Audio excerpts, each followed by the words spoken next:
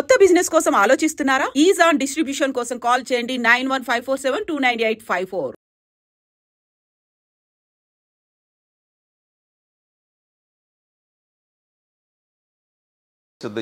దేని గురించి కూడా ఫస్ట్ నేను చెప్పేది అదే పని ఆలోచించద్దు, హ్యాపీగా ఉండండి, కడుపు నిండా తినండి, అతిగా తినద్దు, అతిగా ఆలోచించద్దు.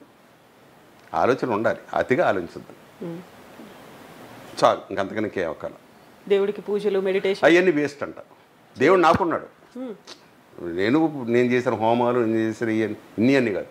అంటే మా ఆవిడ ఉన్నంతకాలం పక్కన తను తోడు ఉండేది కాబట్టి ఇవన్నీ చేయించాను. ఇప్పుడు తను లేదు కాబట్టి ఇంకా అనవసరం, మనకి అవసరం అన్నది వచ్చేసింది. ఏం కోరాలి? అప్పుడే కోరలేదు, ఇప్పుడు ఏం కోరతాం?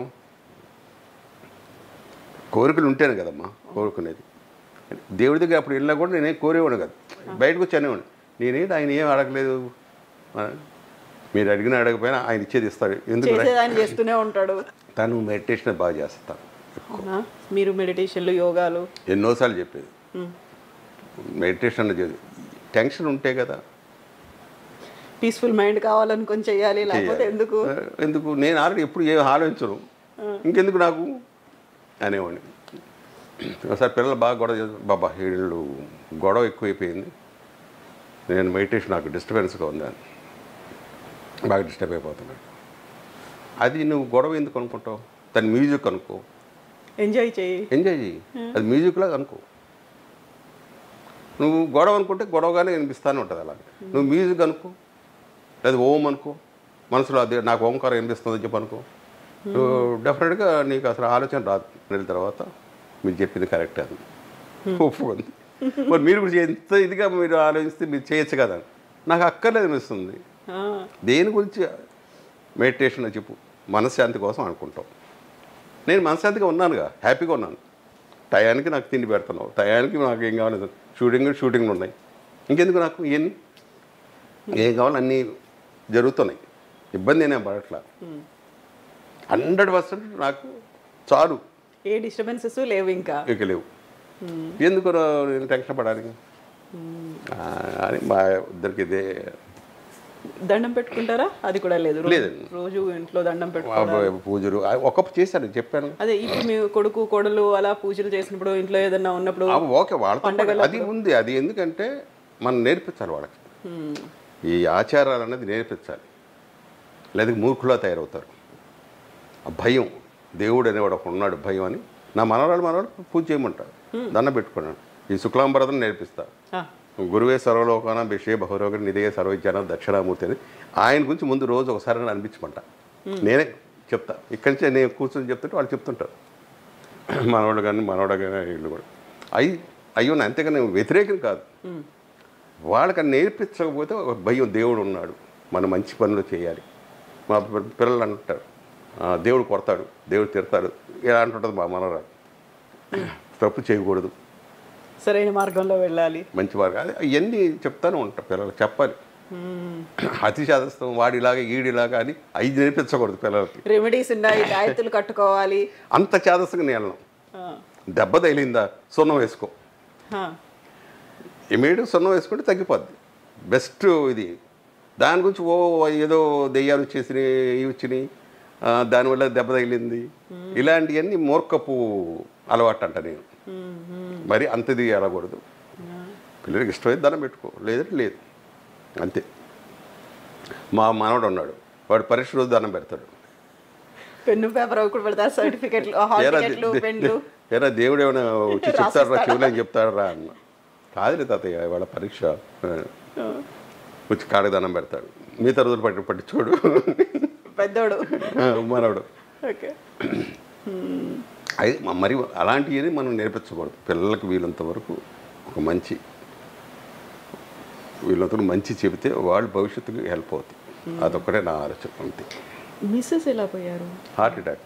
మా ఇంట్లో అదొక శాపం. చెప్పాను నేను, అదే ఇంకా నాకు బాకీలు ఉన్నాయి కాబట్టి నేను సేవ్ అయ్యా, లేదంటే అప్పుడు టబా అయిపోయినది. మా ఫాదర్ అది హార్ట్ అటాక్ స్పాట్, అంతే. మా మదర్, మా అమ్మ సెకండ్ డే వెళ్ళిపోయింది. మీకు హార్ట్ అటాక్ వచ్చింది కదా షూటింగ్లో జరిగింది. అదే చెప్పాను, మెరుకు రాగానే ఎవరికి ఇంకా నేను బైక్ ఉన్నాను అనుకొని వీడికి ఉన్నాను కాబట్టి అబ్బాయి కోసం అది కట్టించాలి, మళ్ళీ కట్టించి వాడుకో, లేదా ఇల్లు ఉండేదే కాదు. ఇవాళ కోట్లు అది, అప్పుడు 5 లక్షలు కొన్నాం స్థలం వాల్యూ. మన తుళ్ళూరు అది ఇప్పుడు రాజధాని మంగళగిరి దగ్గర అలా పెరిగింది. అది అనుకోకుండా ముందే కొంటాం. ఇప్పుడు మనము ఎలాగో ఫ్యామిలీ గురించి మాట్లాడుకుంటున్నప్పుడు కొడుకు కోడలు, మీ వారసులుగా కొడుకు కూడా వచ్చాడు, అనుకోకుండా కోడలు కూడా ఇదే రంగం నుంచి వచ్చింది. బట్ వాళ్ళు సడన్గా మీరు ఎలా అయితే ఒక ఫుల్ స్టాప్ పెట్టాను అన్నట్టుగా వచ్చేసారు, ఫిల్మ్స్ సీరియల్స్ ఇవన్నీ వచ్చేసాయి, ఇంకా నా లైఫ్ ఇప్పుడు రిలాక్స్డ్గా ఉంటాను. మరి వాళ్ళు ఎందుకు ఉన్నట్టుండి సీరియల్స్ మానేశారు, సినిమాలు మానేశారు సడన్గా? నేను ఎప్పుడు కూడా నా కొడుకు చదువు పూర్తయిపోయిందా అడిగాడు, సినిమాలో చేరతానని. నీ దగ్గర ఏముంది చెప్పు ఫస్ట్, నువ్వు యాక్టర్వా కాదు, ఏమీ నేర్చుకోరా,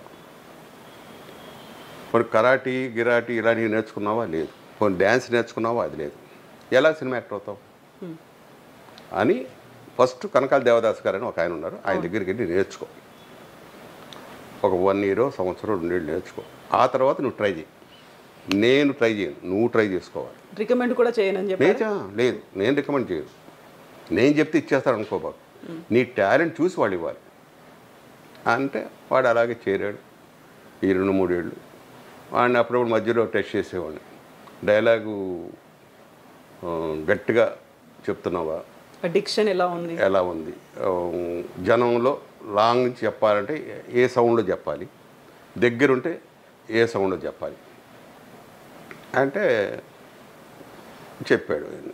మాడ్యులేషన్స్ అన్ని చెక్ చేశాడు. ఓకే, దారిలో పడ్డాడులే. ఇంకా అది ఆ తర్వాత ఏదో సినిమాలు 2-3 సినిమాలు వచ్చినాయి, ఏదో పెద్ద ఇది కాల సీరియళ్ళు అడిగారు, దాంట్లో అది వృత్తే, తప్పేం కాదు, చేసుకో, నీకు ఇష్టం ఉన్నవాడు చేసుకో.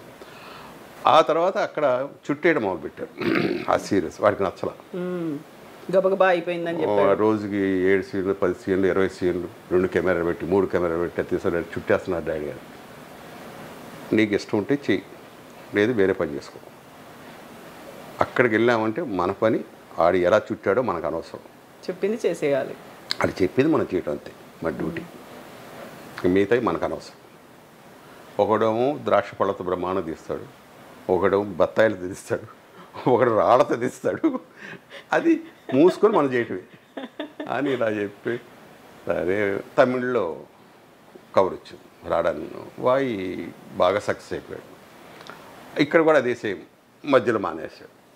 వేరే అంటే లేదు బాగలేదు, ఇక్కడ కూడా అదే మొదలైంది, మరి ఏం చేస్తావు, బిజినెస్ చేస్తావు, లేదని ఆలోచించుకోరు, నీ ఇష్టం. ఒక 2 ఏళ్ళు అయిన తర్వాత ఇంకా దీని ఫ్లష్ అని ఒక చిన్న కొట్టు పెట్టుకొని అది అలాగ కసి.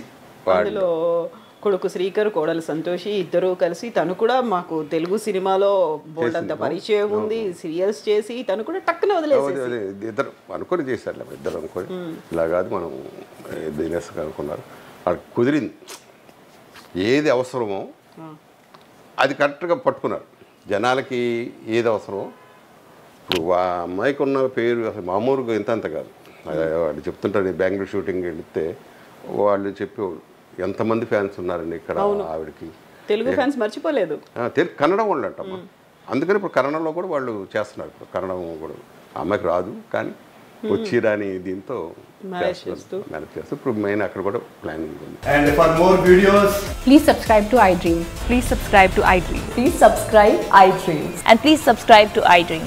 For more videos, subscribe to iDream. please like, share and subscribe to the channel. Congratulations, iDream. Subscribe to iDream. Subscribe to iDream. So subscribe to iDream Media.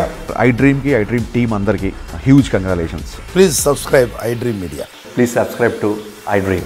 Subscribe iDream. Please subscribe to iDream. iDream అంటే నా కళల ఛానల్ను subscribe చేసుకున్న నోరు తిరుగుతలేదు, మీరైతే గంట గుర్తు కొట్టండి. For more such videos, please subscribe to iDream. Subscribe to iDream. Please subscribe to iDream. Please subscribe iDream Media. Please do subscribe to iDream. Please subscribe to iDream Media. For best entertainment and information, please subscribe iDream. And don't forget to subscribe to iDream.